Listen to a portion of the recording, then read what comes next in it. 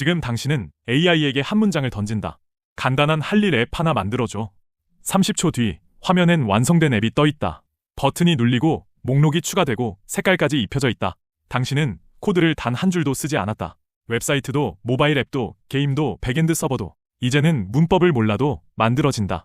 사람들은 이걸 바이브 코딩이라고 부른다. 하지만 그렇게 태어난 앱의 열애, 아홉은 첫 버전에서 멈춘다. 버튼 하나를 더 붙이면 무너지고 버그 하나를 고치려다 새 버그 3개가 생긴다. 그런데 끝까지 가는 사람들이 있다. 그들은 코딩을 더 많이 아는 게 아니다. 그들은 딱 하나의 개념만 붙잡고 있다. 그리고 그 개념은 79년 전 한 남자가 종이 위에 적어둔 것이다. 2025년 2월 전 테슬라 AI 디렉터 안드레이 카파시가 짧은 글을 하나 올린다. 바이브 코딩이라는 새로운 코딩이 있다. 바이브에 완전히 몸을 맡기고 코드가 존재한다는 사실조차 잊어버리는 것. 이 한 문장은 450만 번 넘게 읽혔다. 그리고 수백만 명이 그 말을 그대로 믿었다. 코드를 잊었다. 여기에 함정이 있다. 잊어도 되는 건 코드의 디테일이다. 변수 이름, 괄호, 세미콜론. 그건 AI가 당신보다 1000배 잘 외운다. 하지만 코드의 흐름, 무엇이 먼저 실행되고 그 다음 무엇이 실행되는가. 이건 읽는 순간 당신은 운전대를 놓은 것이다. 좋은 소식은 흐름은 디테일보다 100배 단순하다는 것이다. 여기서 우리가 잊은 게 하나 있다. 컴퓨터가 애초에 어떻게 코드를 읽는가 하는 것이다. 1945년 수학자 존 폰 노이만이 한 편의 보고서를 쓴다. 에드박 보고서 초안. 그 안에 오늘날 거의 모든 컴퓨터의 설계도가 들어있었다. 핵심은 이렇다. 컴퓨터 안에는 프로그램 카운터라는 게 있어서 늘 다음에 실행할 한 줄의 위치를 가리킨다. 한 줄을 읽고 다음 줄로, 또 한 줄을 읽고 그 다음 줄로. 이것을 순차 실행이라고 부른다. 다시 말해, 순차는 프로그래머의 취향이 아니다. 그건 기계의 물리적 본성이다. 80년째 변하지 않았다. 그렇다면 그 한 줄씩은 대체 어디서 시작될까? 1972년 데니스 리치가 벨 연구소에서 C라는 언어를 만든다. C로 짠 모든 프로그램은 코드가 아무리 길고 복잡해도 단 한 곳에서 시작한다. 메인이라는 이름의 함수. 전통적인 개발자들에게 이건 상식이었다. 모든 길은 메인에서 출발한다.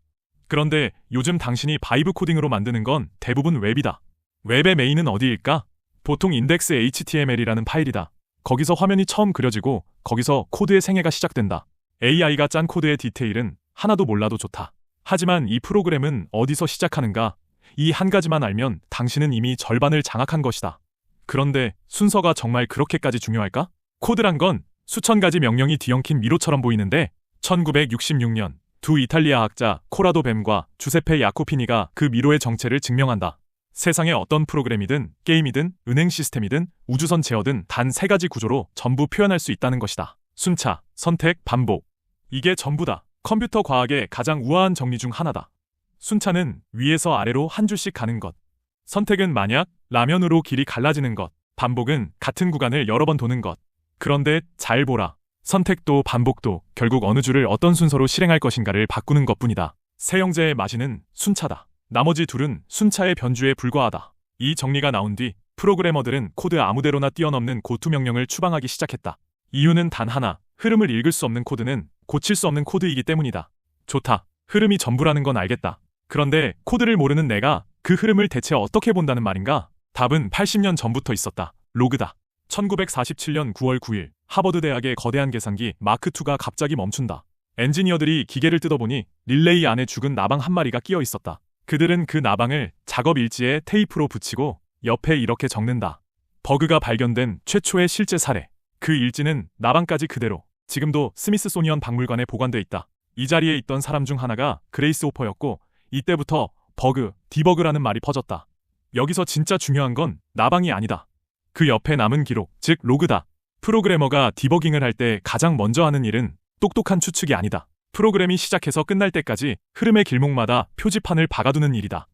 여기까지 왔다. 이 값은 지금 이렇다. 여기서 멈췄다. 그러니 클로드 코드든 커서든 AI에게 코딩을 시킬 때 이렇게 부탁하라. 진입 전부터 시작해서 중요한 구간마다 로그를 심어줘. 디테일은 AI가 짜고 표지판은 당신이 읽는다. 그 순간 당신은 코드 한 줄 몰라도 코드의 흐름을 손바닥 위에 올려놓게 된다. 그렇다면 그 표지판들은 어디에 나타날까? 콘솔이라는 곳이다. 2006년 1월 파이어폭스를 만든 초기 멤버 조 휴잇이 파이어버그라는 도구를 내놓는다.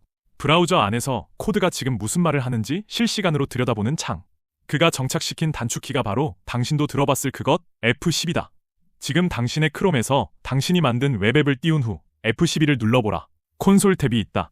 당신이 AI에게 심어달라고 한 그 로그들이 프로그램이 실행되는 순간 이 강물처럼 흘러간다.